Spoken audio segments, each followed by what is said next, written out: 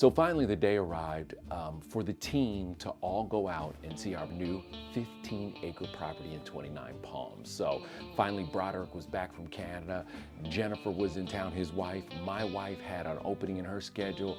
We put all the kids together with a sitter and we headed down to the desert.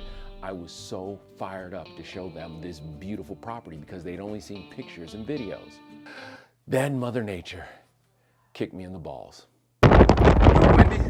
The wind was crazy. The wind was, I mean, that was ridiculous. Just on the desert breeze. Kevin kept telling us that his intel was, oh, this rarely happens or whatever. But on this particular day, and it was especially problematic for my wife, who none of us were expecting this level of wind.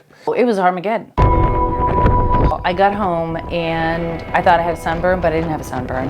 I had windburn. I had my skin exfoliated from the dust on the property. Adventures with Kevin. It was extraordinary. I've never seen anything like it. There were dust devils. There was just, it was wild. Yes, and her hair was also like Rastafarian. Just a little. It just got your hair just a little bit.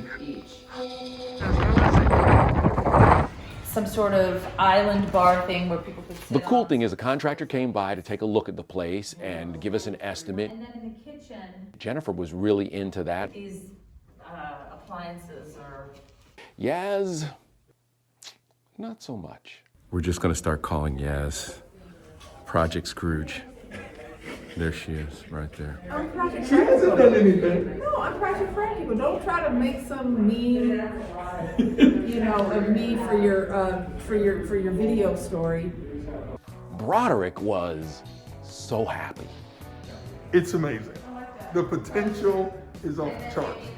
The size, scope, I think with our design touch and our vision, we can turn this into a masterpiece.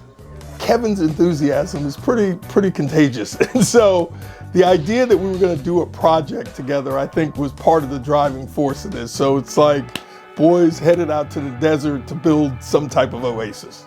They don't know what they're doing, and they have to watch out for snakes and scorpions, and they need to bring lotion and chapstick and some water and some sunblock for their bald heads.